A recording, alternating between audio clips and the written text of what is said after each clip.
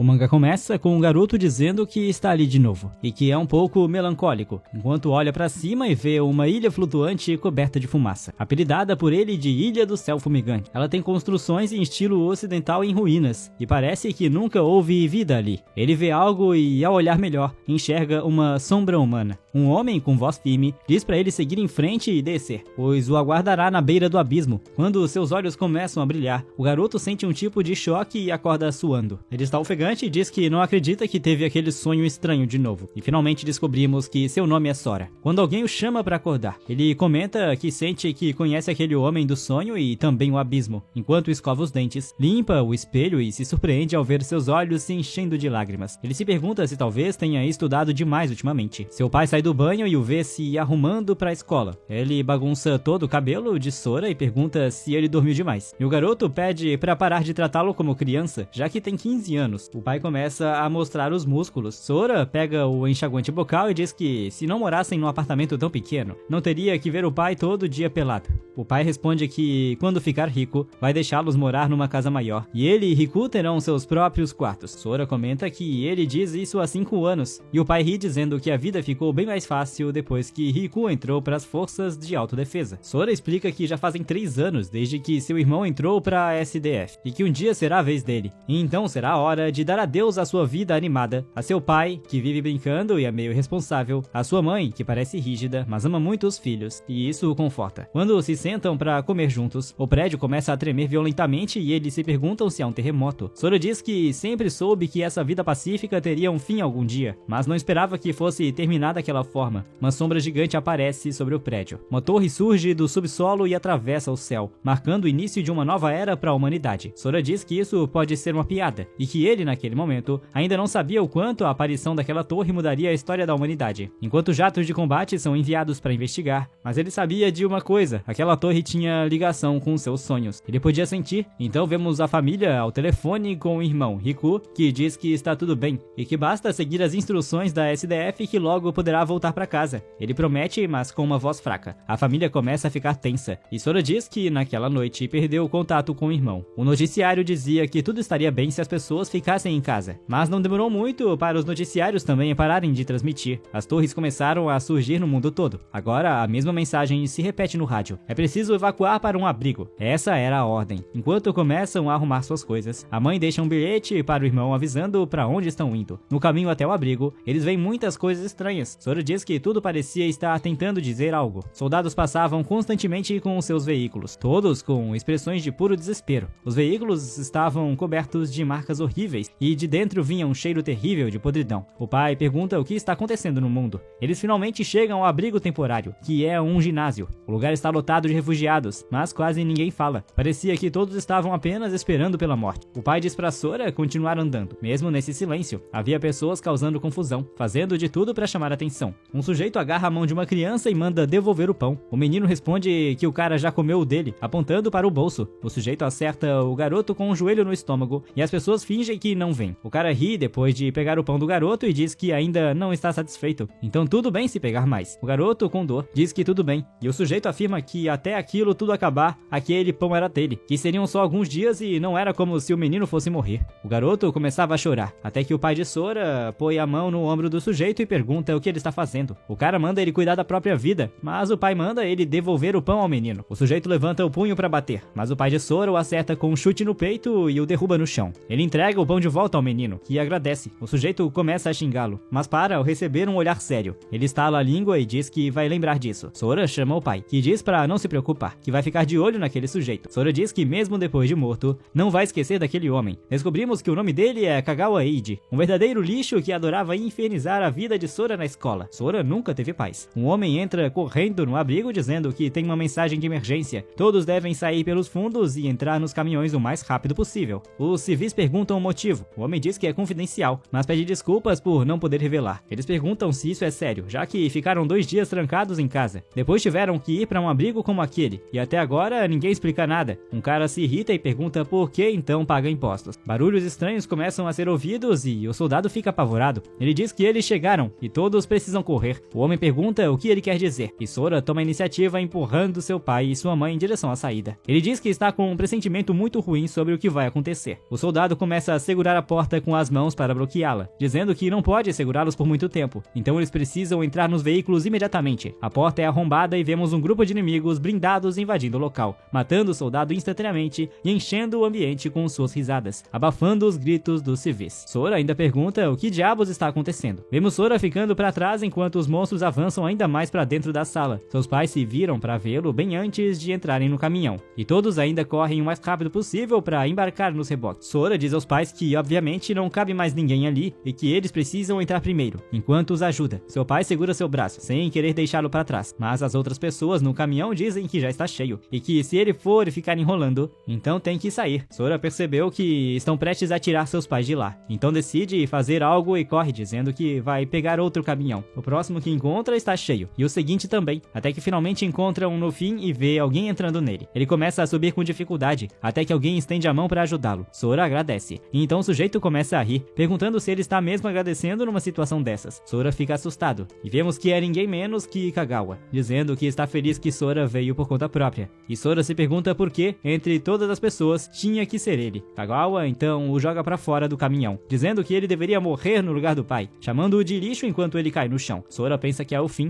Os civis começam a pisoteá-lo, e ele diz que ainda não quer morrer. Encolhido em posição fetal, segurando a cabeça, ele implora para que alguém o ajude. Ele começa a ver a silhueta de alguém parado à sua frente, e é o homem dos seus sonhos. Sora o reconhece. O homem, com o olho brilhando, diz novamente que vai esperá-lo na beira do abismo. Sora então abre os olhos em um lugar desconhecido, se perguntando se tudo foi só um sonho. Mas mais importante, onde ele está? Descobriremos em instantes. Eu espero de verdade que você goste dessa obra. Eu só queria pedir que você deixasse um like e se inscrevesse no canal se ainda não estiver inscrito. E se puder, hype este vídeo o máximo que puder. Dito isso, bora continuar com a obra. Vemos uma arma erguida no ar que desce bem na frente de sua cabeça. Seus olhos se enchem de pavor ao ver um Goblin tentando matá-lo. Sora começa a correr, perguntando onde estão seus pais e por que só ele estava ali, dizendo que talvez seja o inferno, se perguntando se está morto. O Goblin lança seu machado, cortando a bochecha de Sora, e vê alguns entulhos no chão, mas ainda está em pânico, se perguntando por que o monstro não deixa em paz, e percebe que não tem escolha a não ser tentar lutar. Quando o Goblin parte para cima, Sora corre direto para as pedras. Ele tenta se concentrar, pensando que a torre apareceu do nada. Kagawa o jogou do caminhão. Ele encontrou o velho misterioso, e agora está prestes a virar brinquedo do Goblin, mas ele não conseguia ignorar essa raiva dentro de si. Ele começou a gritar enquanto segurava uma pedra e parte para cima do Goblin. Não vemos a luta, mas ele o derrota, dizendo que sobreviveu no corpo a corpo. Ele diz que isso parece algo saído de um jogo, e se pergunta o que vem a seguir. Ele nota um texto preto no peito do Goblin e acha que pode ser o nível dele. Vemos que é o número romano. O chão começa a tremer, o que o deixa ainda mais em pânico, e um cristal preto começa a sair do peito do Goblin. Sora olha para ele confuso, vendo que até os ossos do Goblin agora têm cor roxa, e o cristal começa a flutuar direto em direção a seu peito. Sora sente algo estranho quando o cristal atravessa seu externo, e se pergunta se isso é ruim, mas relâmpagos começam a sair da cicatriz em seu rosto, e suas feridas começam a cicatrizar. Ele diz que não é só isso, também sente-se mais forte, e se pergunta se subiu de nível, como num jogo. Ele pega a arma do Goblin, dizendo que talvez haja mais dessas coisas na ilha e seria melhor explorar para não ser pego de surpresa. Ele percorre toda a ilha, diz que deu uma volta completa, mas não encontrou monstros nem caminhos para seguir. Ele olha para umas ruínas, dizendo que se quiser sair dali, essa é sua única opção. Vemos uma escadaria descendo até o fundo da ilha. Ele vai até lá e olha assustado para a borda. Diz que é igual às ilhas do céu enevoado dos seus sonhos, e que isso parece muito ruim. Ele desce os degraus devagar, dizendo que em jogos esse tipo de terreno é perfeito para monstros emboscarem jogadores, e que pode ter algo esperando para empurrá-lo do penhasco, e que se fosse um jogo, ele poderia renascer, mas não vai arriscar para saber se é o caso. Finalmente, ele diz que conseguiu ao ver o fim da escadaria levando até uma entrada. Ele se aproxima cautelosamente. Há uma tocha acesa e uma espécie de texto numa pedra. Sora diz que nunca viu caracteres assim antes, mas eles simplesmente fluem na mente dele. E está escrito: os fragmentos pertencem aos portadores. Ao adquirir todos, obterá o direito de deixar o abismo. Ele diz que isso significa que está mesmo no abismo, e que precisa reunir todos os fragmentos para sair dali. Ele sorri, dizendo que pelo menos agora tem um objetivo claro, e isso o motiva, já que sabe o que deveria fazer. Pensando com calma, o monstro que enfrentou não era tão forte, e enquanto avança para a próxima área, ele diz que está certo de que conseguirá lidar com o que vier a seguir. Ao atravessar os portões, vê uma luz forte e diz que a primeira camada do abismo tinha 900 metros quadrados. O número gravado no corpo do monstro era 1, a segunda camada tinha 1800 metros quadrados, e um dos monstros tinha o número 2, enquanto vemos lobos. A terceira camada tinha 3600 metros quadrados, e um dos 4 monstros, pequenas cobras, tinha tinha um número 3. Os fragmentos estão apenas nos corpos dos monstros com números. Esses fragmentos são a chave para entrar no próximo nível, e quanto maior o número, mais forte o monstro se torna. Eu queria que não fosse uma sequência de montagem, mas sim algo mais desenvolvido. Mas ele diz que há algo ainda mais preocupante. A área dobra de tamanho toda vez que ele sobe, assim como o número de monstros também dobra, como vemos desta vez. Ele matou alguns monstros ursos, mas não é como se estivesse ficando para trás, já que está ficando mais forte a cada novo estágio. Desta vez, ele acerta um soco na nuca de um monstro gigante, matando-o. Conforme subia os andares, a variedade de monstros continuava a aumentar em cada nova área que ele desbloqueava no 12º andar. Ele encontra monstros que atacaram o abrigo naquele dia, mas agora eles não eram mais páreo para ele, já que ele os destruía com facilidade, e que havia tantos monstros que seus sentidos começaram a ficar entorpecidos. O 13º andar tem 4.000 monstros, o 14º tem 16.000, o 21º tem mais de 1 milhão e por aí vai. E ele está simplesmente passando por cada andar em velocidade máxima. Quando chega ao 30º andar, o número de monstros chega a 500 milhões. Encontrar as chaves era como achar uma agulha no palheiro, mas com pura dedicação e destruindo cada monstro, ele conseguia. Alguns dos monstros que tinham as chaves estavam protegidos por grupos de outros monstros, enquanto outros se escondiam em pequenas cavernas. Mas o mais irritante de tudo era que o tempo necessário para matar cada inimigo começou a pesar sobre ele, enquanto os vemos saltando, lutando contra um brutamontes e depois contra um monstro centopeia demoníaco gigante. Ele continuou sua conquista de cada andar, sem deixar nada para trás, porque precisava seguir em frente. Ao entrar na próxima camada, ele já estava na 42, e o número de monstros neste andar era superior a 2 trilhões, que ele teria que vasculhar. Sora começou a rir como um maníaco e diz que isso é doido. Agora estão em um andar completamente novo, com dragões voando acima. Ele se pergunta em que ano estão, mas diz que o conceito de tempo já não importa mais para ele, pois aqui só existe morte e massacre, e ele é a única coisa que restará enquanto marca os monstros que matou nas paredes. Ele ouve passos e se vira, vendo monstros se aproximando, e diz que o ciclo nunca acaba. Os monstros tentam matá-lo, mas são massacrados, e ele limpa o andar um por um, lentamente, mas com certeza indo cada vez mais fundo no abismo. Ao carregar a cabeça de um monstro pela espinha, ele pergunta quantos monstros ele já matou, mas decide que vai continuar marcando, dizendo que já está na hora de encontrar a chave. Seu novo quadro negro é destruído, com estilhaços voando por todos os lados, o que o surpreende, pois uma centopeia gigante do inferno aparece bem na sua frente. Sora diz que essa sim foi uma entrada de respeito, e pergunta se talvez essa seja a chave, enquanto ela começa a atacá-lo. Ele salta do chão, quebrando a barreira do som várias vezes, e diz que não importa o quão forte ela seja, tudo dá no mesmo agora. Enquanto a despedaça sem esforço, diz que até mesmo os monstros que acham que são fortes morrem com um único golpe, e que ele nem precisa se esforçar minimamente para matá-los. Isso também já perdeu todo o sentido. Assim como o tempo, o poder não tem mais importância para ele. Os monstros não escalam no mesmo ritmo que ele, e ele começa a se irritar, perguntando onde diabos está a chave do 42º andar, mandando que ela apareça logo e lute com ele, pois ele já está de saco cheio. Fica a dúvida de quantos trilhões de monstros ele já matou. Depois temos mais um resumo de como 20 torres aparecem de repente ao redor do mundo, e antes que a humanidade pudesse entender o que havia acontecido, monstros começam a sair delas e quase acabam com tudo. A maioria das pessoas foi massacrada e aquele dia ficou conhecido como o Dia do Julgamento. Um punhado de sobreviventes despertou com acesso a um sistema misterioso que lhes concedia estatísticas de combate. Os que despertaram ganharam poder avassalador. A sociedade humana foi construída depois que os departamentos fundaram guildas de caçadores. Depois disso, não vemos o que aconteceu, pois Sora está perseguindo um lobo e dizendo para ele esperar, pois quer ver o que está com ele. Ele se surpreende ao ver correntes se enrolando no lobo e ouve alguém dizendo que acabou de se usar um pergaminho de transferência avançado e que não pode deixar essa invocação se concretizar. Sora reconhece que é uma fala humana e vê o lobo flutuando em direção a um círculo mágico no céu. Sora se pergunta se aquilo é uma saída e pensa que, se for, essa é sua única chance de sair. Ele se agacha e salta direto em direção ao lobo. Um aviso aparece dizendo que invocações abissais não podem transferir mais de 2 seres vivos, e isso acontece repetidamente, e Sora diz que não vai deixar ninguém atrapalhá-lo, e mira no lobo, avançando de volta para a terra. Agora, em um cemitério, vemos uma garota em pânico correndo. Por que diabos ela está de salto alto? Ela diz que precisa despistá-los rápido, e somos apresentados a Yu Sonozaki. Seu pé fica preso numa trepadeira e ela começa a cair de cara no chão, soltando um gritinho. De novo, por que diabos ela está de salto alto? Ela diz que isso é ruim e começa a suar de nervoso, enquanto outra pessoa diz que isso é um saco, e mandam ela entregar logo o pergaminho de transferência avançada enquanto a cercam. A druida se chama Aika, nível 34, e o mago diz que um pergaminho de nível 60 não é algo que alguém do nível 19 como ela consegue usar. O espadachim Shouji Shido, de nível 35, diz pra ela entregar ou ele não mostrará piedade. Aika diz pra não matarem ela. Então Sonozaki responde que o combate entre caçadores é proibido e que eles estarão quebrando as regras. regras. O bárbaro de nível 38, chamado Shousei Toshida, pergunta que regras são essas e lambe os lábios, dizendo que ele é quem faz as regras ali, e crava as espadas no chão, bem na frente do rosto dela, e diz para entregar o pergaminho e talvez a deixe ficar com todos os membros do corpo. Ela diz que eles não deveriam encurralá-la mais ainda, e Aika percebe que ela vai usar o pergaminho de invocação, pedindo para que a parem. Shousei Toshida começa a ficar irritado, chama ela de vadia e balança sua espada em direção a ela dizendo para entregar o pergaminho, mas a espada só acerta o chão, já que ela é teleportada dali. Então Sonozaki diz que se vai morrer, vai levar todos com ela, e começa a ativar o pergaminho. Eles dizem que é uma invocação forçada. Aika comenta que ninguém consegue controlar um monstro avançado invocado assim, e que estão perdidos, então todos correm tentando impedi-la. Sonozaki diz que todos vão morrer com ela enquanto relâmpagos começam a se formar no céu, girando e atingindo o chão bem à sua frente, abrindo a fenda de invocação. Todos começam a suar nervosamente, dizendo que aquilo não parece bom para eles. Conforme o feixe de luz vai ficando mais brilhante, correntes do abismo começam a surgir do chão, e dizem que finalmente apareceu. Ao verem que é só um cérebro de nível 3, começam a rir, dizendo que estavam com medo disso e jogam um osso para ele, chamando-o de fofo. Sonozaki se pergunta por que só isso saiu do pergaminho de invocação, até que uma mão atravessa a criatura e Sora aparece, rasgando o monstro ao meio e o lançando longe. Eles entram em pânico, dizendo que ele é um monstro humanoide. Sonozaki também olha para cima, assustada, e Sora diz que finalmente conseguiu sair. Ele começa a rir, dizendo que não acredita que realmente escapou daquele lugar. Continua rindo enquanto todos observam. Shousei Toshida diz que só de ouvir a risada dele, seu corpo inteiro travou. Aika também pergunta quem diabos ele é, porque a pressão que ele emana é absurda. Sora anota e se aproxima em uma velocidade absurda, deixando imagens residuais de si mesmo. Ele sorri olhando para ela, agarra seus ombros e pergunta se ali é a Terra. Ela responde que sim, e ele diz que finalmente voltou. Em seguida, pergunta se todos ali são cosplayers ou algo assim, e eles, por algum motivo, correm para atacá-lo, dizendo que não devem subestimar a guilda Rugido do Tigre. As espadas de Shoji Shido e do outro Shousei Toshida se quebram ao encostar nas costas de Sora. Ele se vira irritado e Shousei Toshida o chama de monstro. Sora o encara. A palavra monstro ecoa na cabeça dele e ele começa a vê-lo como algo diferente. Ele agarra Shousei Toshida pelo pescoço e pede que mostre seu número. Shousei Toshida pergunta do que ele está falando, então Sora sai do transe, percebendo que se enganou e a solta. Shousei Toshida começa a gritar até fez xixi nas calças de medo. Os outros correm até ele e descobrimos que Shousei Toshida é o chefe deles. Sora diz para todos caírem fora, e até um outro desonesto que estava ali não faz nada, só vai embora. Shousei Toshida solta a frase clichê de vilão fracassado: eu vou lembrar disso. Sonozaki diz que o poder dele é incrível, mas que suas cicatrizes são horríveis, e se pergunta quem ele é, dizendo que ele não pode ser uma invocação do abismo feita pelo pergaminho. Sora pergunta há quantos anos as torres apareceram ali, aflito. Ela responde que já fazem 5 anos. Ele pergunta se ali é mesmo a Terra e qual pergaminho ela usou.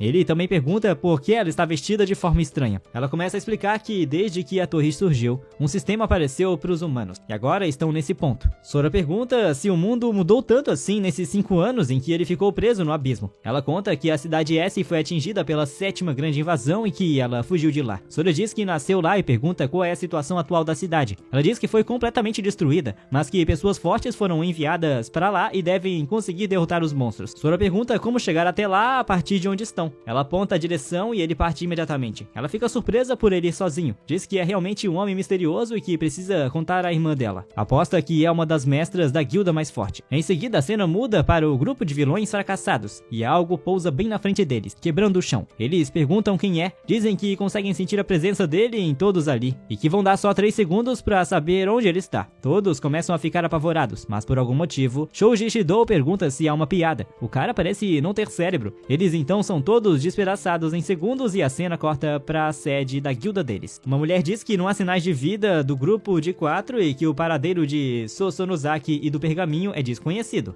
Um homem a chama de lixo e quebra sua taça de vinho. Diz que não acredita que os homens que ela recomendou não conseguem vencer o invocador de nível 19 e que todos os sinais desapareceram ao mesmo tempo. Ele diz que não acredita que todos foram mortos com um único golpe. Ele é o nível 118 e se chama Mukaili. Ordena que descubram quem fez isso e capturem Sosonozaki para que ela se explique. Eles respondem sim, senhor. E Mukaili diz que matará qualquer um que colocar as mãos em seus homens. Ele então vê Sora pulando pela janela. Diz que o cheiro de sangue é incrível. Pergunta quem era aquele e nota que ele está indo para uma zona em colapso. Diz que essa invasão é de outra escala e que não há dúvidas de que grandes forças estão em jogo. E que a torre que estava adormecida por 5 anos finalmente está se movendo. Ele então ordena que todas as equipes de busca recuem, pois é uma emergência. Sora continua indo em direção à cidade até finalmente alcançá-la, vendo tudo em ruínas. Mas ele diz que que nos 5 anos que ficou preso no abismo, esse lugar virou um inferno. Mas no abismo, ele, que era o fraco e mal conseguia lidar com um Goblin, foi ficando cada vez mais forte conforme subia cada andar. Seus sentidos se entorpeceram e ele quase virou uma fera. Ele comia os monstros que matava, mas o pensamento de sua família manteve firme. Os monstros que antes o assustavam agora são fracos. E ele torce para que sua família esteja segura, pelo menos. Ele diz que a cidade S antes era cheia de vida, e agora é um deserto. Todos os prédios estão destruídos como se tivessem passado por um terremoto, mas ainda assim estão de pé, o que é estranho. Não há nenhum sinal de monstros matando alguém. Ele diz que desde que as pessoas foram evacuadas, ninguém deveria estar vivendo aqui.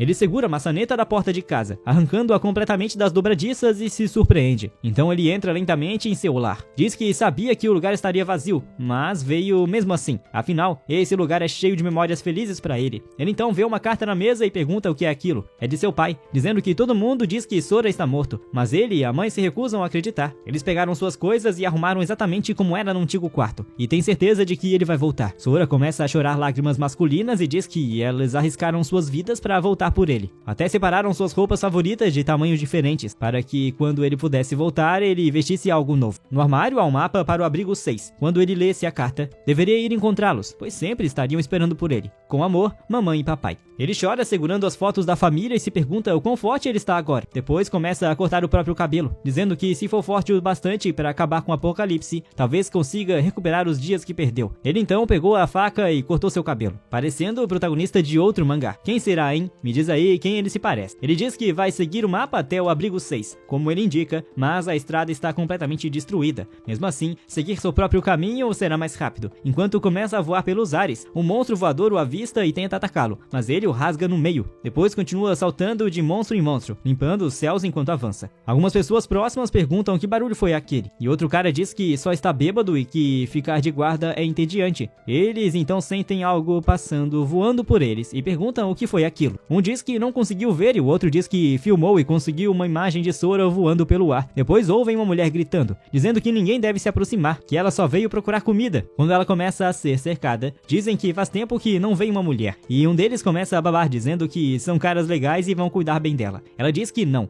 e eles se aproximam abrindo as pernas, dizendo pra ela não ter medo, que ele vai ser gentil, e que seria um desperdício não aproveitar um corpo como o dela enquanto começa a agarrar seu peito. Sora diz que algumas coisas nunca mudam e os chamam de lixo. Eles perguntam quem está ali, dizendo que ele não vai sair ileso se meter, e manda os homens o pegarem. Quando começam a avançar, Sora libera uma pressão de vento absurda. Ele entra na briga dando um tapa tão forte em um que provavelmente o matou. Quando o outro vem com uma espada, Sora desvia com o mínimo de movimento e agarra o braço dele. Depois dá uma joelhada direta no rosto do cara. O canalha pergunta quem ele é, dizendo que faz parte da guilda Rugido do Tigre. Claro que faz. Sora então chama por Kagawa Eiji. Ele pergunta se já esqueceu o rosto do cara que matou. Kagawa Eiji diz que não é possível e começa a rastejar, dizendo que é impossível. Quando Sora começa a liberar uma pressão absurda, Kagawa Eiji pergunta como ele está vivo, mandando ele ficar longe. Sora ri e o agarra pelo pescoço, dizendo que isso mesmo, ele rastejou até sair do inferno por causa dele, e agora é a vez dele de ir pra lá, enquanto começa a enterrar os dedos na garganta dele. Sora diz que vai arrancar cada pedaço de dignidade que ele tem, que esse é o poder dele agora. Ele ouve várias vozes na cabeça dizendo que precisam matar, que por ser o mais forte, tudo deveria se curvar à sua vontade. Sora diz que tudo o que Kagawa Eiji fez foi atormentá-lo. No passado, tudo o que sentia era humilhação e impotência, e hoje ele vai devolver tudo. Ele lembra quando perguntou por que Kagawa Eiji o intimidava, e ele disse que era porque esmagá-lo era muito bom. Sora então sai do estado de fúria e o solta. Kagawa Eiji começa a tossir, segurando a garganta. Sora diz que não pode se tornar igual a ele, mas que se o deixar vivo sabe como seria ruim, porque ele quase agarrou aquela mulher e mais gente morreria. Ele diz que tentou matá-lo e falhou, então não vai matá-lo, mas também pode não deixá-lo sair andando. Kagawa Eiji pergunta o que ele vai fazer. Sora diz que pelos 2 anos que ele fez da vida dele um inferno na escola, vai dar um soco. Por aterrorizar os fracos constantemente, mais um. Por ter tentado matá-lo empurrando-o do caminhão, esse valerá por 2 socos. Se ele aguentar 4 golpes, estarão quites. Kagawa Eiji pede desculpas, dizendo que é tudo culpa dele, e que se Sora o socar com a força que ele tem agora, ele provavelmente vai morrer no primeiro golpe. Sora o levanta, dizendo pra não se preocupar. Prepara o punho e acerta em cheio no rosto, dizendo que vai pegar leve. Depois vem um segundo soco, e vemos seus 2 aliados se levantando agora. O chão está coberto de sangue, enquanto Sora acerta o terceiro soco e manda ele se levantar porque agora é a hora do último. Kagawa Eiji implora para que ele mate-o logo. Seus olhos estão todos estourados. Sora dá um chute direto na cabeça dele, arremessando-o no chão. Os olhos do cara literalmente explodiram. Sora diz que fez até mais do que isso, pois amputou os 4 membros dele e o deixou completamente cego, e isso está de bom tamanho. Ele manda os amigos levarem ele para o hospital e nunca mais aparecem na frente dele. Ao saltar, diz que a limpeza está feita e que está na hora de seguir em frente, pois ainda precisa chegar ao abrigo 6. Em outro lugar, na zona de contenção da cidade S, vemos alguns guardas dizendo que estarão de plantão no muro. Comentam que pelo menos ali não precisam lutar contra monstros. Outro diz para pararem de ser covardes. Se monstros aparecerem, eles não podem surtar nem cair. Precisam ficar alertas porque não dá para saber quando um vai surgir. Apresenta um primeiro tenente chamado Tanji, um comandante de nível 31. Um dos soldados, Soki, diz que aquela zona é de contenção e monstros quase nunca aparecem ali. Bandeiras levantadas. E ele é um guerreiro do nível 22. Ele diz que tudo ficará bem enquanto ficarem atentos, apenas para morrer logo em seguida. No painel seguinte, um monstro aparece. Ele se chama Filho do Kraken e é um monstro do tipo casco de nível 45. Eles começam a se posicionar, atirando contra os carapás, mas as balas ricocheteiam. O monstro fica irritado e eles percebem que as armas não estão funcionando por causa da grande diferença de nível. Eles se preparam para o ataque e Tanji diz que todos precisam se espalhar. O primeiro cara é cortado ao meio com apenas um golpe. Seu amigo vê o corpo voando pelos ares, fica furioso e começa a xingar o monstro enquanto segura explosivos. Ele corre dizendo que vai derrubá-lo, enquanto os outros fornecem fogo de cobertura, fazendo o monstro se virar. Agora ele está bem embaixo do monstro com um explosivo. O monstro levanta os tentáculos para atacar, mas para pouco antes de atingi-los, e eles se perguntam o que está acontecendo. Quando o monstro começa a parecer assustado, eles se perguntam se ele está com medo mesmo ou se há alguma outra coisa. O monstro então cobre completamente seu olho e entra em posição defensiva. O cara diz que não sabe do que ele está com medo, mas que essa é a chance de vingar seus amigos. Ele joga o explosivo direto no monstro, gritando para ele morrer, e o explosivo explode, envolto em chamas. Eles se perguntam se o mataram, mas percebem que causaram danos mínimos. O monstro encara diretamente para eles, praticamente ileso,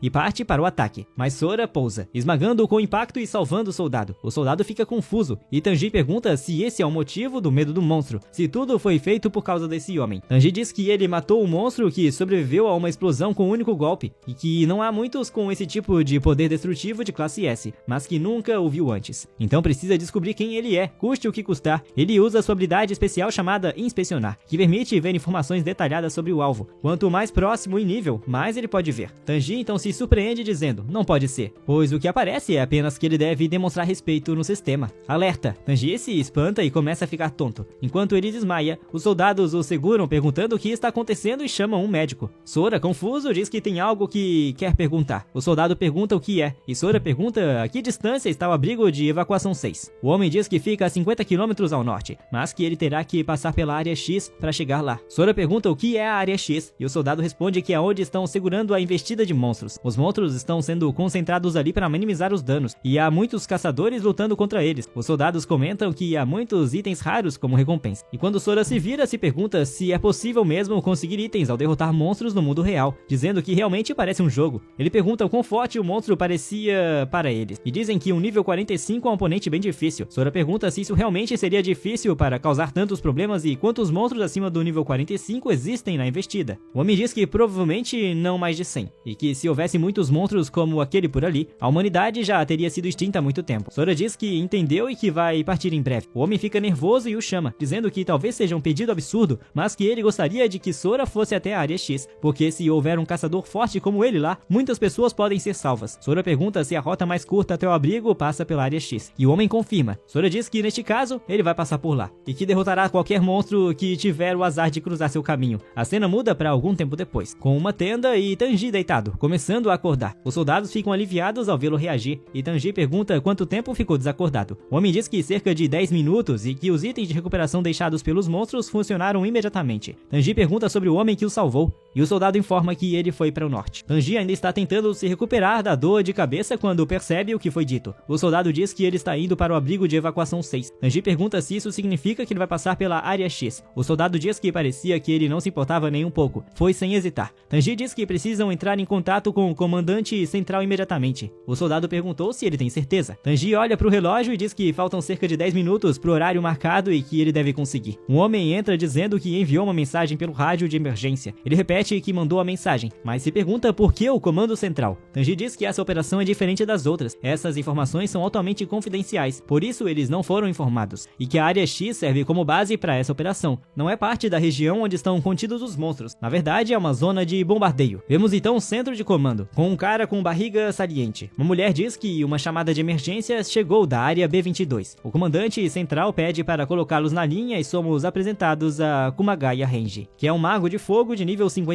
A mulher confirma e começa a digitar no teclado. Tanji então se reporta dizendo que precisa alertá-los. Diz que um caçador misterioso acabou de partir para a zona de bombardeio e que ele não sabe da operação. Tanji pergunta por que isso é importante, querendo saber se ele está para admitir um erro. Tanji diz que não é isso. Ele acredita que uma transmissão de emergência avisando sobre os bombardeios é obrigatória. Anji tenta repreendê-lo, mas Tanji decide ir direto ao ponto, dizendo que o homem é muito forte e que não podem deixá-lo morrer assim. Anji pergunta se ele é um caçador forte e quer saber qual é seu nível. Anji, em pânico, diz que não sabe. Anji diz que um caçador cujo nível é desconhecido desobedeceu as regras e entrou em uma zona de bombardeio, e quer que ele faça uma transmissão de emergência por ele. A mulher diz que ele provavelmente está morto antes mesmo da mensagem ser enviada. Anji começa a rir e diz que, embora ela possa não ter cérebro, com certeza tem talento para comédia. E parece que eles não foram treinados o suficiente para se manterem sozinhos. Ele se inclina em direção à mulher loira e diz que não é seu papel interferir com os subordinados dela. Mas se ele relatar aos superiores que ela está obstruindo o progresso da operação, ela será responsabilizada. Ela pergunta se ele vai mesmo prejudicar os próprios companheiros quando estão enfrentando um inimigo tão poderoso. Somos apresentados a uma mulher que é a comandante do Ocidente, chamada Tonosaki Mie, e ela é uma domadora de golems de nível 73. Ela chama Renji de idiota, dizendo que Tanji, que treinou tão cuidadosamente, está tentando salvar um completo desconhecido, então isso deve ser importante. Ela se pergunta quão poderoso esse cara é. Tanji parece ansioso enquanto Mie começa a pensar. Ela chama Tanji e diz que confia nele, que ele não precisa interferir nos planos dela, mas se ele não puder dar uma razão convincente, ela pessoalmente o levará a um tribunal militar. Tanji entra em pânico com a resposta dela, e ela continua dizendo que isso também seria satisfatório para Renji. Renji estala a língua e diz para Tanji dar uma razão para que eles possam aceitar. Tanji diz que a pessoa derrotou um Kraken bebê de nível 45 com um único golpe. Mie fica surpresa e diz que ele é ainda mais forte do que um caçador de nível A, perguntando se ele poderia ser um caçador de nível S do exército. Renji diz que isso é impossível. Todos os caçadores de nível S estão em missões, e não há sinais confirmados vindos do B-22. Ela pergunta por que ele não sabe o nível dele, dizendo que deveria conseguir ver com sua habilidade de inspeção. Ele diz que não conseguiu ver o nível dele com a habilidade, e isso o atinge com força. Ele diz, envergonhado, que depois de usar a habilidade, perdeu a consciência por sobrecarga de informação, o que significa que ele é pelo menos acima do nível 100. Renji começa a ficar mais sério e pensa sobre a situação. Ele bate os dedos com ansiedade, dizendo que esse tipo de força é raro, mas não é razão suficiente para parar a operação. O comandante do leste, chamado Yuasa Nobuo, diz que não podem abandonar suas responsabilidades militares por razões tão incertas. Ele é um domador de rochas nível 44, esqueci de mencionar antes. Yuasa Nobuo continua dizendo que milhares de tropas de 4 diferentes núcleos estão envolvidos na operação,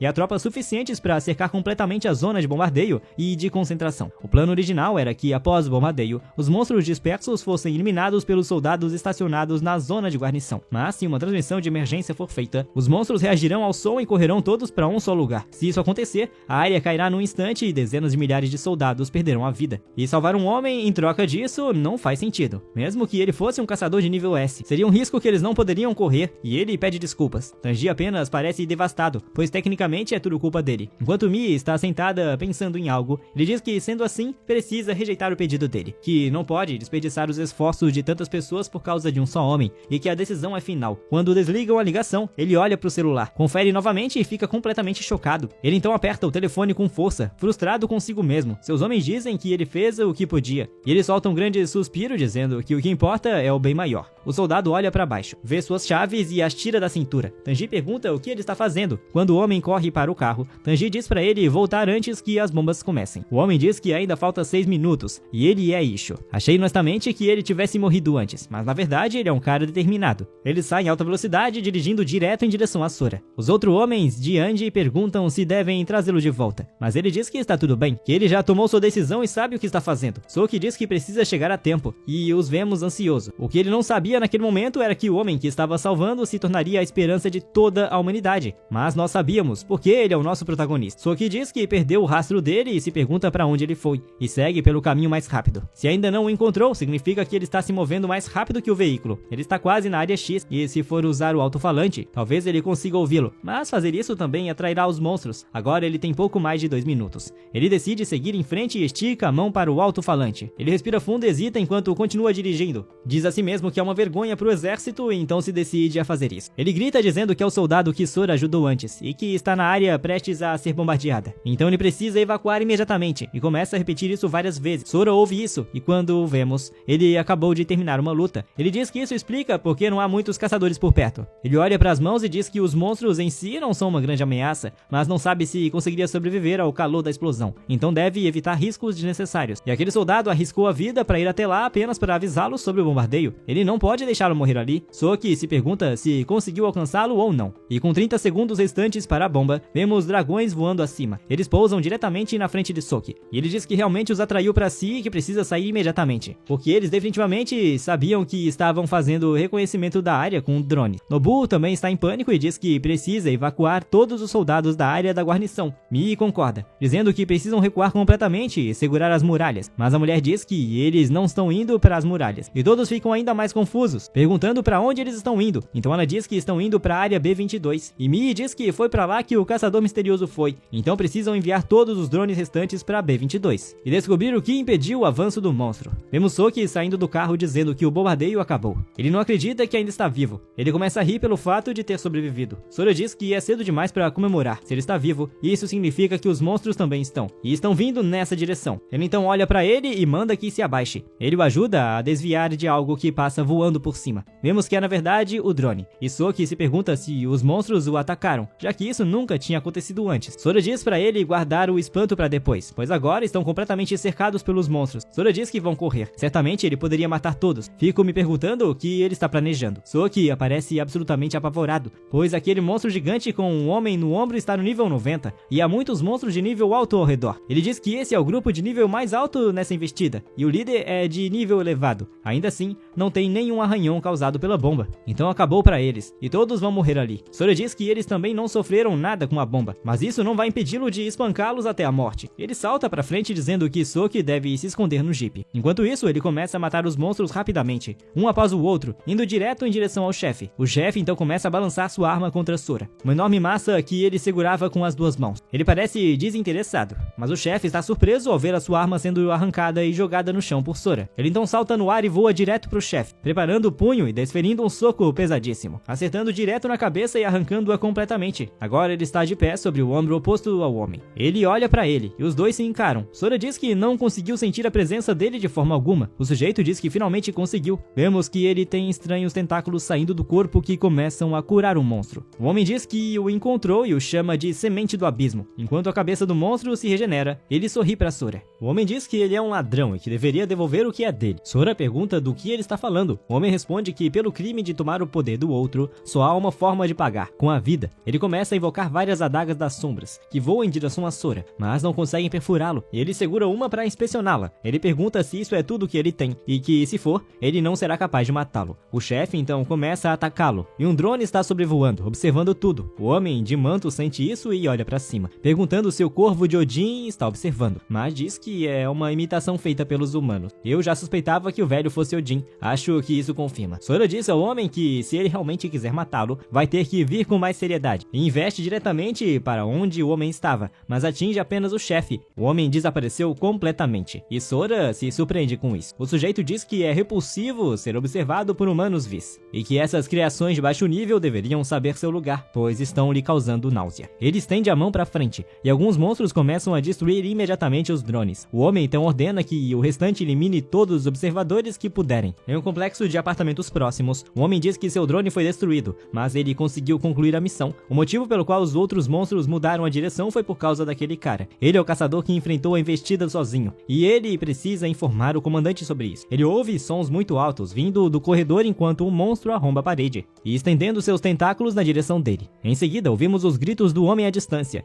e o Homem de Manto começa a rir, dizendo que seus servos devem matar todos eles. Sora olha pro homem e se lembra de Sorry, dizendo que se houver um caçador forte como ele, muitas pessoas poderiam ser salvas, e de como ele veio até aqui para resgatá-lo, mesmo sem ter motivo algum. Algo no carro está travado e ele não consegue ligar o motor. Sora range os dentes, dizendo que para caçar o inimigo é preciso começar pelo líder, e salta diretamente na direção do Homem de Manto, dizendo que se quiser salvar o maior número de pessoas possível, precisa eliminar seus inimigos o mais rápido possível. O chefe então percebe que essa é a chance de atacar. Ao levantar o braço e desferir um golpe, Sora desvia, dizendo que ao se fundir com um homem, o poder de ataque do monstro aumentou significativamente. Ele então percebe o homem saindo das sombras e diz que ele é bem persistente. Sora então observa melhor o sujeito e fica surpreso porque eles são idênticos, como se fosse ele mesmo. O Homem de Manto então começa a formar uma espada sombria, e Sora diz que essa espada é perigosa e que dá pra sentir pela energia. Mais uma vez, o homem o chama de Semente do Abismo, dizendo que vai matá-lo. Ele então avança com a espada, dizendo que esse é seu destino. Sora recua o punho e ataca, acertando o braço do homem, fazendo com que ele derrube a espada. Ele a segura e a levanta sobre a cabeça. O Homem de Manto é pego de surpresa e Sora ataca, mas o golpe é bloqueado. Sora diz que não acredita que o ataque foi anulado também, e se pergunta se foi só imaginação. Ele diz que esse surto de energia é quase idêntico ao poder que sentiu no abismo. O homem pergunta se selar a arma de outra pessoa é tudo o que ele sabe fazer, e range os dentes, frustrado. O homem então move a mão e a arma desaparece das mãos de Sora. Ele diz que esse é o poder do abismo e que ainda há muitos usos para ele que ainda não foram descobertos, e que essa luta com certeza vai se prolongar. E primeiro de tudo, ele precisa levar aquele soldado para um lugar seguro. Ele pergunta a Soki se ele está bem com alturas. Ele diz que sim, e então o carro começa a ser içado para o ar enquanto Sora avisa que estão prestes a voar. O homem encapuzado chama de tolo, dizendo que ele não deveria subestimar o poder do abismo e que os fortes não existem para proteger os fracos. Eles existem apenas para se tornarem os mais fortes. Enquanto começa a formar uma coisa esférica gigante no céu acima, ele grita dizendo para Sora morrer junto daquele humano fraco. E Sora diz que o ataque é realmente rápido e mesmo se ele correr, vai alcançá-lo. Nesse caso, ele vai apenas enfrentá-lo de frente. Quando salta do chão em direção a ele, começa a preparar o punho e avança, acertando-o com força. Ele se pergunta se funcionou, dizendo que não houve impacto real. E então avista uma órbita menor, mais pura, dizendo que aquele deve ser o seu corpo verdadeiro. Ele então ouve, sorri gritando e percebe o que aconteceu, pois o carro está começando a ser violentamente manipulado pelo poder. Sora manda ele sair do carro e Soki diz para que o poder não se aproxime mais. O homem encapuzado diz para ele não ter medo, chamando-o de Cordeiro Lamentável, e Sora observa. Quando o carro é completamente perfurado pelo poder, Sora vai verificar se ele está bem. E o homem encapuzado pergunta se ele está com raiva, dizendo para não se exaltar tanto. Sora começa a quebrar as pontas dos espinhos, e o homem encapuzado diz para ele olhar, pois ele ainda não está morto, e diz para ele ver como ele ainda está sorrindo porque está usando necromância. O cadáver de Soki começa a rir, e o homem encapuzado diz que ver todos que ele ama morrerem diante de seus olhos, esse é o destino. Essa é a semente do abismo. Sora apenas olha irritado e pergunta se ele também sente prazer em pisar na dignidade alheia. O homem encapuzado continua rindo e começa a formar algo em suas mãos antes de dispará-lo, dizendo que não há necessidade de dizer o óbvio, e chama isso de tempestade de obsidiana. Enquanto isso começa a voar na direção de Sora. Ele nem tenta desviar, deixando que o ataque o corte em pedaços. Ele pergunta se isso é mesmo verdade. Então ele salta do espinho em que estava, destruindo-o, e diz que o lixo como ele o enjoa. Enquanto prepara o punho, acerta com um soco devastador,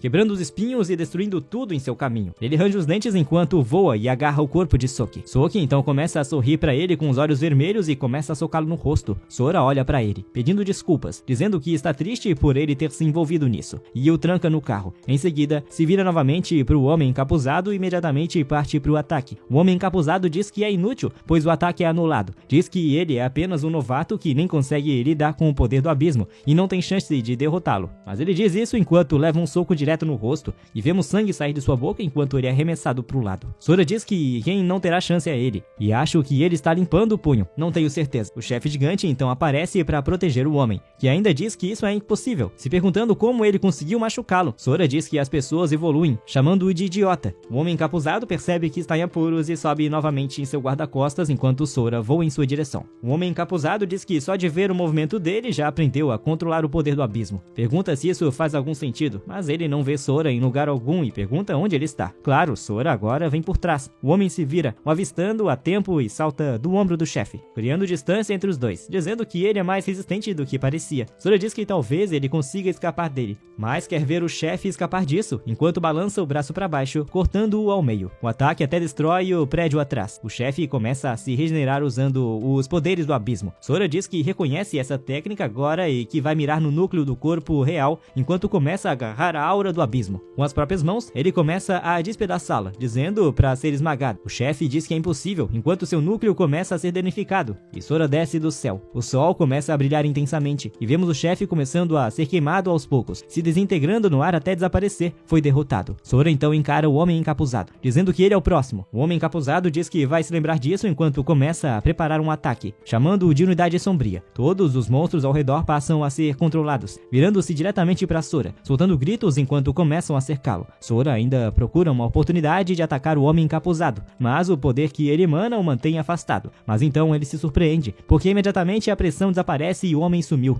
Ele pergunta se ele realmente usou uma técnica dessas para fugir apenas. Depois reclama que suas roupas foram arruinadas, o que o irrita, e fica feliz que a foto de sua mãe e pai ainda está intacta. Ele caminha até o cadáver de Soki, dizendo que esse cara provavelmente também tem uma família esperando por ele. Arranca a plaqueta de identificação do pescoço dele e começa a enterrá-lo com as próprias mãos, dizendo que ao menos isso vai levar de volta com ele. Não há como essa tenha sido a última vez encontrando o outro homem do abismo. Ele absorveu muitos dos ataques dele, mas a ideia dele dizer que todos que ele ama vão morrer realmente o enfurece, e ele não pode ir para o abrigo de evacuação primeiro porque se recusa a deixar sua família ser assassinada. Ele começa a correr dizendo que precisa chegar lá o mais rápido possível, e é tão rápido que quebra a barreira do som, mas um dos drones ainda está intacto, deitado no chão. Ele então começa a flutuar no ar, e Mii diz a todos que precisam investigar a área com cuidado e garantir que não percam nada enquanto começam a explorar as ruínas. Um de seus homens menciona os monstros, mas ela o interrompe, pois já sabe. Ela consegue ver diante dela que todos os monstros já foram derrotados. Ela manda verificarem os dados do drone e relatarem qualquer informação. Diz que há sinais claros de uma batalha e que o caçador poderoso que Lieutenant mencionou não apenas sobreviveu ao bombardeio, mas também eliminou toda a horda de monstros. Um de seus homens grita mandando ela ver algo, pois o cartão SD do drone ainda está em boas condições e eles podem visualizar os dados. Ela se aproxima olhando para o tablet e diz que mal pode esperar ver o que tem nele. Ela vê Soki e Sora e comenta: esse deve ser o caçador que foi mencionado antes. Os soldados continuam explorando a área até um dos mentores onde o chefe morreu. Vemos o prédio que foi partido e ele vê os itens deixados. Um deles é uma poção de energia especial que aumenta permanentemente o poder mágico do usuário. Há também uma arma-rã dentro de um cubo que não pode ser identificada. Um dos outros soldados pergunta o que ele encontrou e ele imediatamente esconde, dizendo que não é nada. Eles dizem para ele não mentir, enquanto ele salta para baixo. Ele pergunta se aquilo foi deixado pelo chefe da investida, pois parecem itens raros, e tomar o que foi obtido pela unidade para si é um crime, dizendo que com certeza ele sabe o que tem que fazer. O sujeito olha para os itens e pergunta como ele deve dividi-los. Ele diz que a única coisa que quer é o cubo. O outro diz que de jeito nenhum, uma caixa dessas com certeza tem um item lendário. O homem agarra os ombros dele dizendo para não entender errado, pois ele não tem escolha. Ele pega a caixa enquanto o outro se afasta rindo, dizendo que finalmente conseguiu uma relíquia dourada. A cena muda para o abrigo de evacuação 6. Sora pousa em um telhado próximo dizendo que finalmente chegou. Ele vê guardas ainda de plantão e começa a comentar que parece que ainda não foram atacados, pois há pessoas por toda parte. Enquanto Sora caminha, algumas pessoas parecem confusas com algo, e todos passam a observá-lo sem conseguir evitar. Sora diz que não sente a presença do homem encapuzado por perto. Na verdade, não sente a presença de ninguém forte. Mas se não há ninguém forte ali, o lugar será destruído mais cedo ou mais tarde. Ele para diante de um homem vendado e se pergunta se ele é cego. O sujeito diz que ele tem sangue bem denso e deve ter vindo de fora. Sora confirma. O homem ri dizendo que isso é um alívio e que ele pode ficar tranquilo, pois não tem más intenções, mas só deseja comprar informações sobre o mundo exterior. Isso significa muito para ele se Sora souber o que ele quer. Sora se pergunta se essa é a moeda de troca usada ali, dizendo que se for algo que ele saiba, ele fará. O sujeito diz que está feliz em ouvir isso, mas Sora diz que antes quer perguntar algo. Ele pergunta por que um monge está chamando ele de excelência, o que significa que ele deve ser falso. O sujeito ri dizendo que ele viu através dele e que aquela roupa é apenas um hobby. Sora pergunta se isso quer dizer que ele não é cego de verdade. O homem ri e Sora comenta que esse cara é problemático. O homem diz que contraiu uma doença nos olhos recentemente e começa a tirar a venda. Sora comenta que consegue perceber, mesmo com os olhos cobertos, que há uma luz aterrorizante ali e que ele deve ter algum motivo para esconder seu poder. Parece que há um lobo em pele de cordeiro contido no abrigo.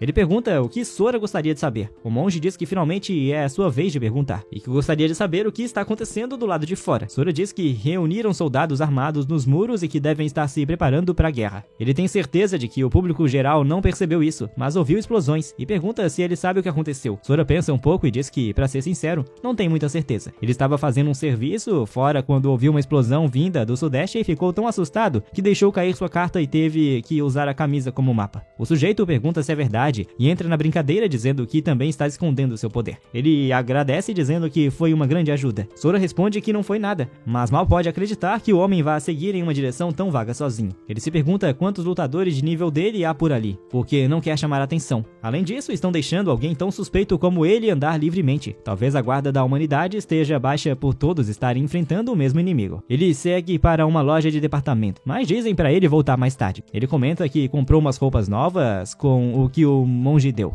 e que agora é hora de finalmente encontrar seus pais. Al começa a procurar. Ele diz que vai fazer do jeito tradicional e dá um tapinha no ombro de uma garota perguntando se ela reconhece o casal. Na foto, ela parece surpresa e imediatamente se afasta em pânico, dizendo que não os conhece. Ele comenta que a reação dela foi como se tivesse visto um fantasma e se pergunta se todo mundo ali está nervoso. Ele vê um cara gritando com as pessoas na rua e diz que vai perguntar a ele. O sujeito chama Sora, e Sora pergunta se há algum problema, olhando para ele com raiva. O homem diz que parece que ele não é dali, e que não acredita que ele está paquerando as pessoas com uma foto no meio da noite. Perguntando em que era ele pensa que está. Sori mostra a foto perguntando se o homem sabe quem são. O sujeito diz que não acredita que ele está tentando paquerar ele também, e depois pergunta por que ele tem uma foto deles. Sora pergunta se ele reconhece essas pessoas, e o sujeito pergunta qual a relação dele com eles. Sora informa que são seus pais. O homem olha para Sora e depois para a foto dele quando criança, perguntando se ele é a mesma pessoa e se está ali para zombar dele. Um carro então acelera na direção deles com o motorista em pânico. O caminhão colide com o Sora, mas claro, nem o faz se mover. O homem fica surpreso ao ver que Sora está completamente ileso. Sora manda o homem repetir o que acabou de dizer, assustando-o. O homem diz que ele deve estar realmente querendo encontrar os pais e que se seguir direto pela estrada encontrará a casa deles. Sora agradece e começa a seguir pela rua. O homem diz para ele se cuidar, acena e depois sai correndo dizendo: isso é ruim, pois precisa reunir todo mundo. Sora não acredita que um marginal sabe onde sua família mora. Ele comenta que, pensando bem, o seu pai era gentil com qualquer um que conhecia, e sua mãe também. Pessoas boas como eles acabam sendo aproveitadas neste mundo. Mas está tudo bem. Agora que ele está aqui, ele segue até o fim da estrada dizendo: este deve ser o lugar, mas realmente é grandioso. Ele se pergunta se eles realmente vivem ali. Diz que, com tanta gente desaparecida, devem existir muitas casas vazias. Ele bate na porta e ouve a voz do pai perguntando se já terminaram o trabalho do dia. Seu pai então abre a porta, dá-lhes as boas-vindas e vê Sora. Mas Sora fica confuso, pois vê seu pai com uma roupa de mordomo perguntando quem diabos ele é. Sora diz que é ele, e seu pai fica confuso até que Sora diz seu nome, e o pai começa a demonstrar que não acredita. Vemos os dois sentados juntos à mesa, e sua mãe entra pedindo desculpas por tê-los deixado esperando tanto tempo. Ela pergunta se ainda não disseram uma palavra um ao outro, e o pai diz que mal consegue acreditar, porque ele é uma pessoa completamente diferente do Sora que conheciam. E numa hora dessas, só há uma coisa a fazer. Sora parece nervoso e pergunta o que é. E seu pai diz que é uma troca de segredos entre pai e filho. Ele não quer se expor à esposa, mas se Sora não der respostas, não sairá ileso. E se disser algo minimamente suspeito, então deve ser tratado adequadamente. Enquanto olha para o teto, vemos um homem dizendo que entendeu. Sora também nota o capanga dizendo que ainda está muito cauteloso, mas com uma segurança tão rígida pode relaxar. Seu pai pergunta se ele está preparado, e Sora diz que o capanga deveria tomar cuidado porque vai ouvir coisas que não deveria. Sora diz que todo fim de semana ele fazia aulas de culinária com um grupo de apoio a donas de casa. Seu pai fica surpreso e pergunta como ele sabe disso. O capanga não acredita que ele faria tal coisa. Sora continua. Além disso, ele escapava toda semana para aulas de balé. O capanga também não consegue imaginar isso. Seu pai começa a encarar o capanga. O capanga percebe que está numa situação ruim. O clima fica constrangedor. O seu pai diz que pode ser verdade, mas não precisa ser seu filho para descobrir isso. Sora diz que pode contar algo sobre a família deles. Seu pai pergunta se ele realmente sabe, e Sora diz que é claro, e que não diga que não foi avisado. Seu pai, suando frio, diz para ele continuar, e Sora aponta para a espada dizendo que são apenas réplicas. O capanga se pergunta o que ele quer dizer, e seu pai diz para ele não ser ridículo, perguntando se ele ao menos tem provas. Sora diz que sim, enquanto caminha até ela dizendo que o cabo tem marcas de mordida do irmão. O capanga achava que isso vinha da época em que o chefe da família teve as mãos amarradas e mordeu a lâmina, matando 38 pessoas. Sora começa a desembainhá-la e o capanga diz que ele fala muito, mas o objetivo real é pegar o chefe da família desprevenido e eliminá-lo. Sora começa a encostar o fio da lâmina na palma da mão e a desmontar, dizendo que ela é retrátil. Seu pai pai o começa a chamar de idiota e lhe dá um grande abraço dizendo que achava que ele estava morto. Então começa a chorar, dizendo que não acredita que seu filho finalmente voltou e que se ao menos soubesse o que passaram. Seu pai diz que vasculharam cada canto em busca de informações sobre ele, e quando viu, já tinha se tornado um chefe, e agora esse mesmo chefe está chorando feito criança,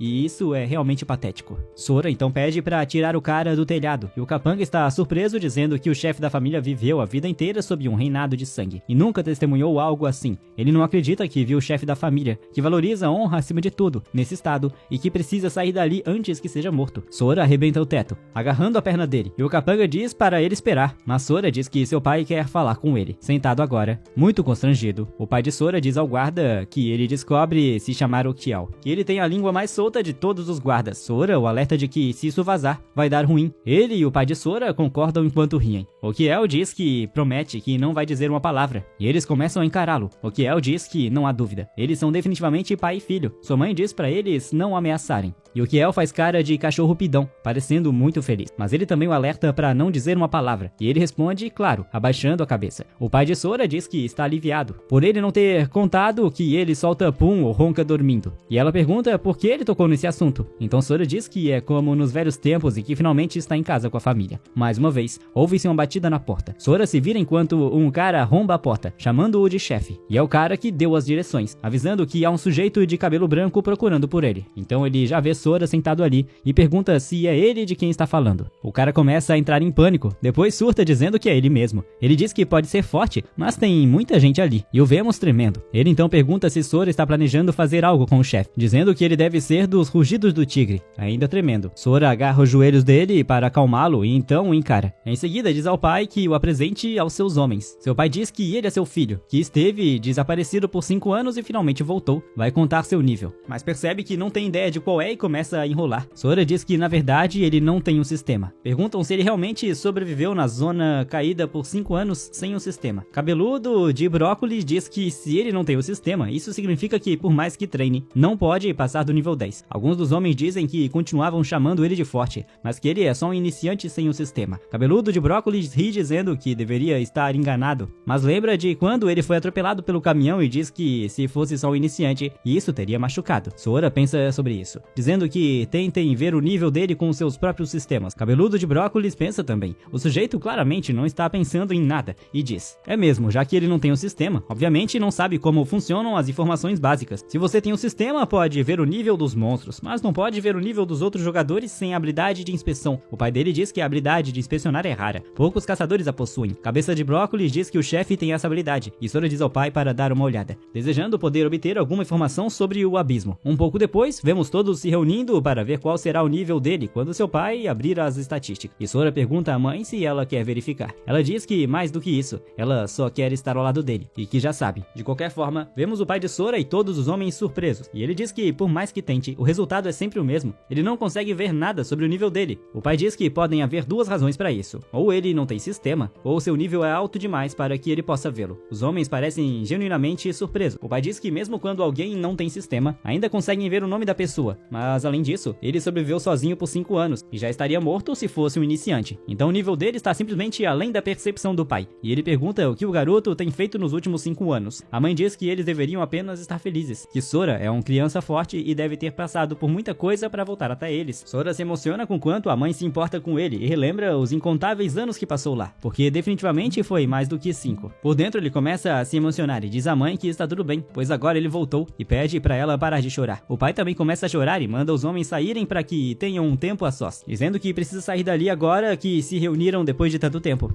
Assim que eles saem, o pai também vai embora, fechando a porta e perguntando onde estão os outros, pois já se passaram 2 horas e eles ainda não voltaram. De volta ao quarto, Sora pergunta à mãe onde está Rico e diz que não pode ser má notícia. Ela responde que ele está bem. Ele não pode vir para casa com frequência porque está no exército, mas agora que voltou, talvez ele queira que ela o chame, já que tem lutado na linha de frente esse tempo todo, quase como se estivesse tentando vingar o irmão. Sora diz que faz muito tempo que não o vê, e pergunta se ela tem uma posição de alto escalão. Ela responde que tem status, mas o motivo pelo qual confiam nela é porque ela é uma clériga. Ela é uma curandeira com muitas habilidades, capaz de oferecer grande suporte e até mesmo profecia. Ele diz que se ela é uma clériga, talvez possa ver o que está acontecendo com ele. Ela responde que não tem habilidade de ver habilidades, e então ele pergunta como ela sabia que ele voltaria. Ela diz que já mencionou isso, que tem o dom da profecia e sabia que ele definitivamente voltaria um dia. Algum tempo depois, no portão da frente, alguém bate e um homem abre a porta perguntando quem é, apenas para ver um homem com um X na testa, e descobrimos que ele é o vice-chefe. O pai de Sora abre a porta dando boas-vindas ao homem, e descobrimos que ele é o vice-presidente das Guildas Unidas. O nome dele é Jiro Iwashina. O pai de Sora pergunta por que ele está com essa cara e se algo aconteceu, já que mandou alguém investigar isso no bastidores, perguntando o que descobriu.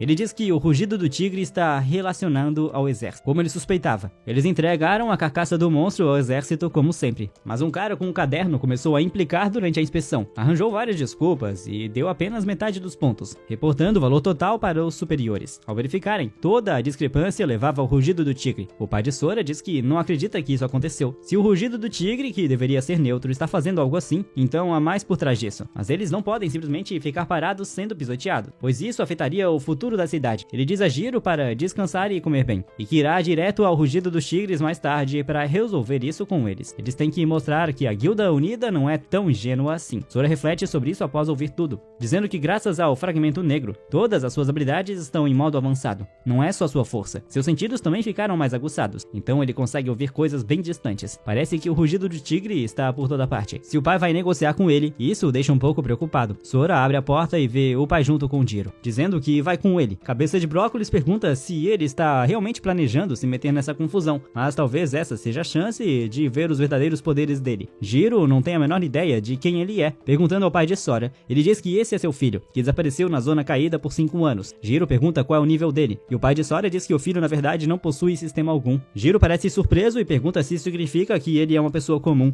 porque sem sistema, ele estaria morto em qualquer abrigo. Ele não conseguiria durar mais de 3 dias lá fora. Não é totalmente impossível com estatísticas de elite e habilidades de sobrevivência excepcionais, mas sem habilidades de combate. Ele se tornaria um peso morto no momento em que houvesse uma luta. Jiro diz que isso é uma boa notícia, mas como ele acabou de voltar, deve estar exausto e deveria ficar de fora dessa. Perguntando ao pai de Sora o que ele acha. O pai de Sora concorda, dizendo que ele deveria ficar com a mãe. A mãe diz que ainda nem mostrou a casa para ele, e Sora se pergunta se eles acham que ele não será útil. Ele imagina que é de se esperar, já que, para quem tem um sistema, ele parece um humano comum. Ele diz que, pensando bem, ainda não entendeu completamente o funcionamento do abrigo. Se realmente existe um monstro como ele imagina, precisa esconder seu verdadeiro poder para não prejudicar os pais, e concorda com isso, o que surpreende Cabeça de Brócolis. Cabeça de Brócolis diz que perdeu a chance de ver seus poderes, e o grupo começa a partir. Sora observa, e sua mãe diz que ele não deve se preocupar tanto, já que o pai só está preocupado e que eles acabaram de se reencontrar depois de muito tempo. Então é claro que ele não queria colocá-la em perigo. Ela também o alerta de que seu pai é realmente forte, então ficará bem,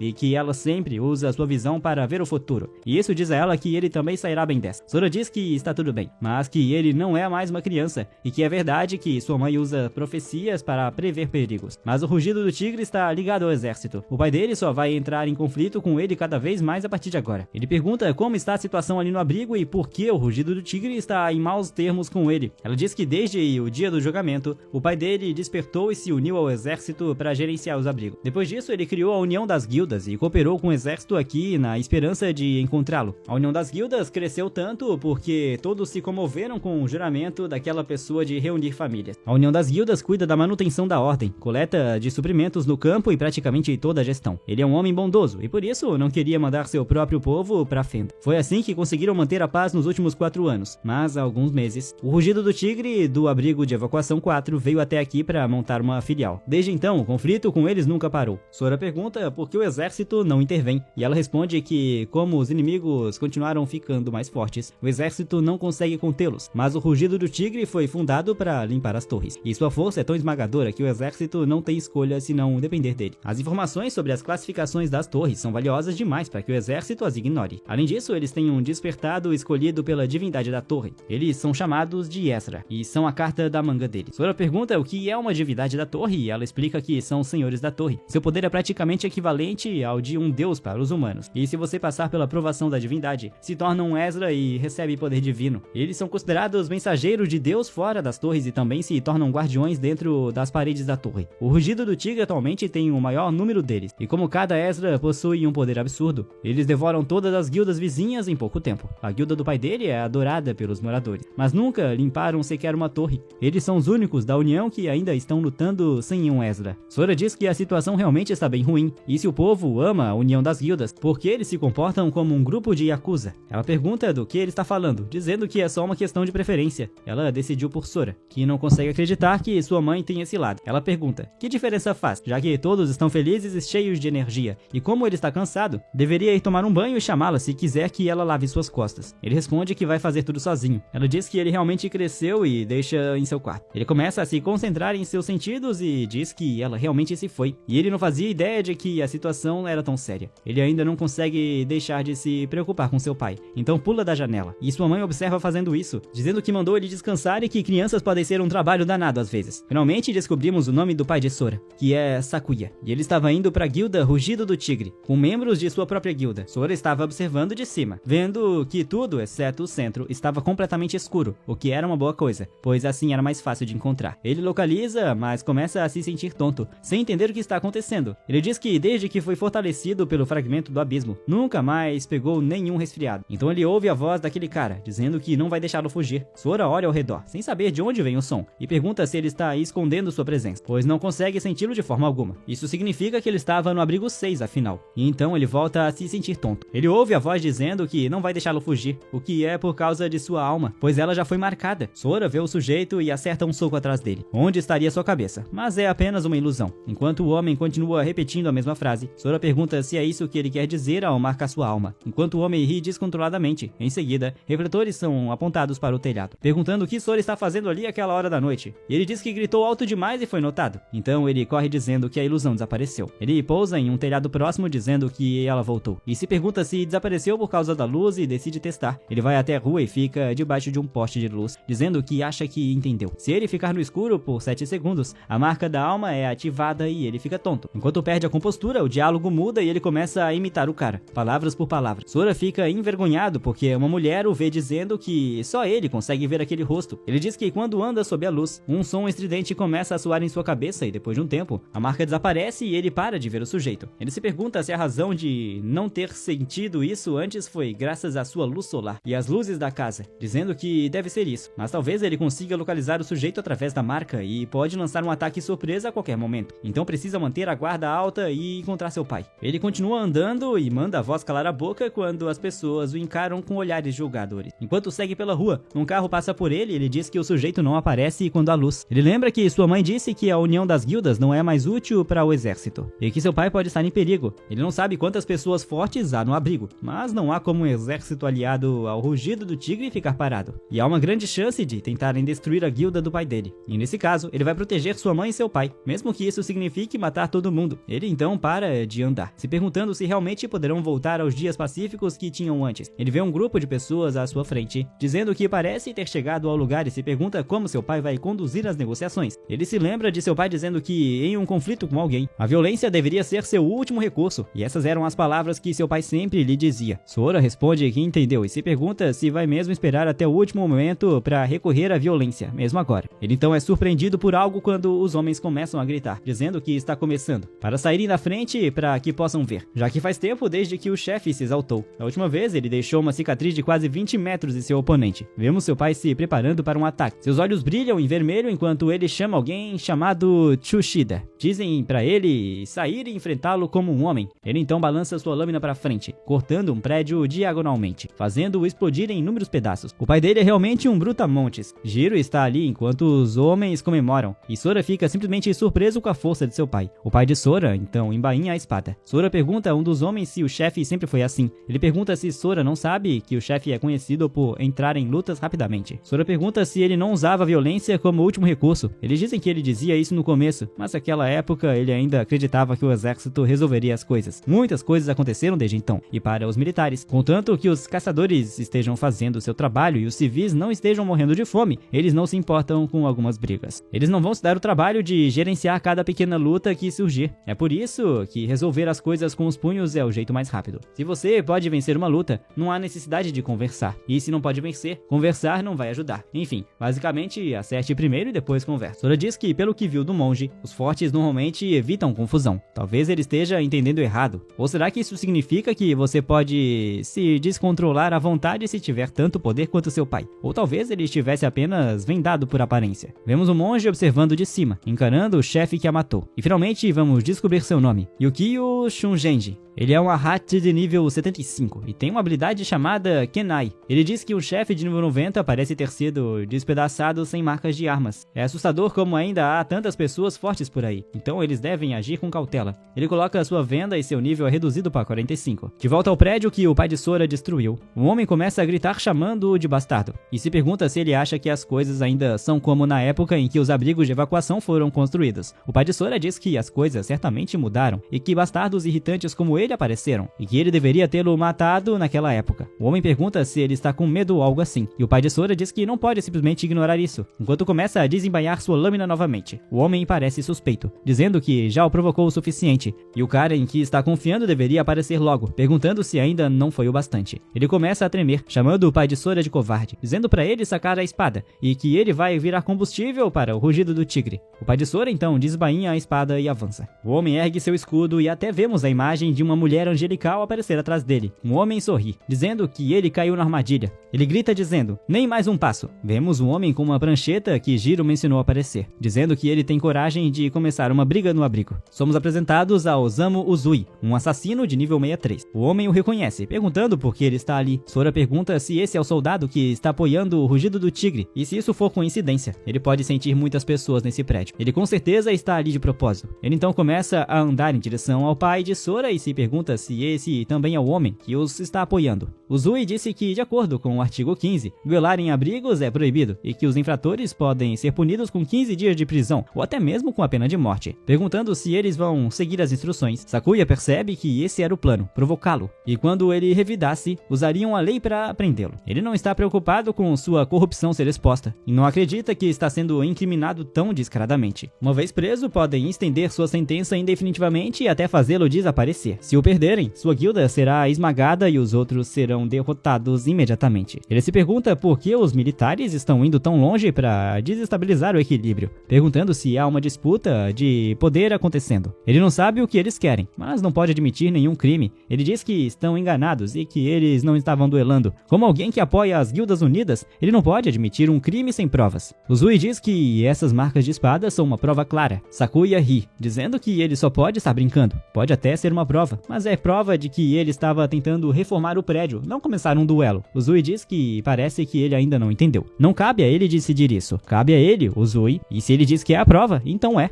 No momento em que ele pôs os pés ali, já havia perdido. Vemos homens em todos os andares apontando armas para eles. São praticamente idênticos. Ele diz para se entregar obedientemente ou ser preso. Sakuya parece surpreso. Os homens começam a gritar para Sakuya, dizendo para ele não perder, e que se estivessem dispostos, então deveriam apenas lidar com eles. Sakuya diz para se acalmarem, e que como estão dentro do alcance 2, os homens não vão atirar. Uzui começa a rir. Sakuya diz que contra um nível 63 vai ser um pouco difícil, especialmente já que é um oponente rápido, como um assassino, mas se ele fizer Tsushida de refém, eles podem passar por isso. Ele começa a desembainhar sua lâmina, e tanto Sora quanto o outro dizem aí vem. Tsushida invoca escudo de espada, dizendo que não pode ser o elo fraco e que as habilidades defensivas de um agente são diferentes das outras classes. Ele pode analisar muito mais sobre os ataques que vêm. A essa distância, ele sabe que pode bloquear a espada de Sakuya. Seu escudo de espada só pode bloquear espadas, mas é por isso que ao enfrentar uma, ele pode funcionar muito além de seu nível. Pode facilmente bloquear um ataque completo de um guerreiro de nível 69. Então um ataque de um guerreiro de nível 65 não é nada, o que significa que Sakuya não será capaz de cortar este escudo. Ele então grita, mandando-o desistir. Uzui também pergunta se ele vai se render pacificamente ou se vai ser jogado numa cela com todos os seus companheiros, e diz que ele deve tomar uma decisão. Jiro grita por ele, e Sakuya começa a se sentir frustrado. Ele desfaz a sua aura e ergue a sua lâmina em direção a Uzui. Jiro e os rapazes ficam surpresos quando Uzui diz que ele tomou uma decisão sábia. Eles não conseguem acreditar que o chefe está apenas aceitando isso, mas Jiro entende que recebeu o sinal do chefe. Quando ele ergue a espada, significa que é para se preparar para um ataque, e se ele soltar, é hora de atacar. Eles não sabem que ele e o chefe planejam isso. Sakuya deixa cair sua lâmina, e Suda se surpreende ao ver que a espada desapareceu, apenas para Sakuya avançar diretamente em direção a Suda. Ele diz que não vai ser um problema, já que seu escudo tem um feitiço para bloquear ataques de espada. Sakuya começa a invocar novamente sua lâmina, e Tsushida está muito confiante, dizendo que não há como ele quebrar o escudo. escudo. Jiro estende as mãos para a frente e vemos pedras saindo do chão e começando a revestir a ponta da lâmina de Sakuya. Ele então a usa para despedaçar o escudo de Suda, lançando-o para trás. Ele diz que fizeram um martelo em vez de uma espada, então o escudo foi imediatamente anulado. Sakuya joga a espada fora e estende a mão em direção ao rosto de Tsushida. Uzui se vira dizendo que sabe qual é o objetivo dele, e que se ele ousar tocá-lo, será executado. Jiro então manda ele parar enquanto fecha o punho, criando uma parede de pedras para detê-lo. Uzui percebe que não vai ser tão fácil quanto pensava. Suda manda seus homens matarem Sakuya, dizendo que ele enlouqueceu, e eles começam a atirar nele. Jiro então aponta os dedos para cima, criando uma barreira ao redor de Suda, cercando-o e bloqueando as balas. Sakuya diz que se conseguirem apenas impedir que ele se mova, podem recuar. Ele ainda está com a mão estendida em direção a Suda, mas num instante, Suda desaparece. Sakuya olha ao redor, confuso, e Uzui diz que Stone Gel, seu aliado, o prendeu nas sombras e marcou a magia remanescente em seu escudo. Com isso, ele preencheu as condições para usar sua habilidade de assassino, transe sombrio, e sem seu refém, Sakuya agora está perdido, pois Suda está ao lado dele. Uzui diz que é hora de acabar com isso e dá ordem a seus homens para matarem Sakuya. Sakuya fica surpreso, e Jiro também. Os soldados perguntam se ele está falando sério. Uzui pergunta por que estão tão surpresos, e Sora aparece diretamente atrás dele, dizendo que também gostaria de saber por que estão tão surpresos. Uzui se pergunta quem ele é, perguntando se ele realmente conseguiu se aproximar pelas costas, mesmo sendo um assassino, e que não faz ideia de quem seja ele, mas com certeza é um inimigo, e que quem ataca primeiro vence, então ele não tem escolha. Quando começa a alcançar uma posição, Suda reconhece, dizendo que é o veneno mortal que a guilda preparou para derrotar o chefe de nível 90, e pergunta quando ele o roubou. Uzui grita, mandando Sora soltar, e lança suas adagas em direção a ele. Sakuya chama por seu filho, e Suda diz que aquele desgraçado vai acabar levando todo mundo com ele. Os homens começam a se perguntar o que é essa miesma e caem no chão espumando pela boca por causa do veneno. Suda diz que não gosta disso, mas pelo menos o aliado de Sakuya está morto. Vemos Sora estendendo a mão e segurando tanto Uzui quanto Suda de novo. Suda pergunta como diabos ele ainda consegue se mover, já que aquilo é forte o suficiente para matar um chefe de nível 90. Uzui parece preocupado. Diz que não é possível, que esse cara é um monstro absoluto, pois pegou as adagas com a boca e o veneno nem mesmo o afeta. E essa história vai ficando por aqui. Se você gostou, vou lembrar novamente para você deixar o seu like e se inscrever no canal se ainda não estiver inscrito. Considere também se tornar um membro para apoiar o nosso trabalho. Enquanto espera pelo próximo vídeo, assista o vídeo que está na sua tela, caso ainda não tenha visto, e entre em nosso servidor do Discord para conversar com a gente. Estamos quase batendo 2.000 membros. Eu fico por aqui, é claro que eu te vejo no próximo vídeo.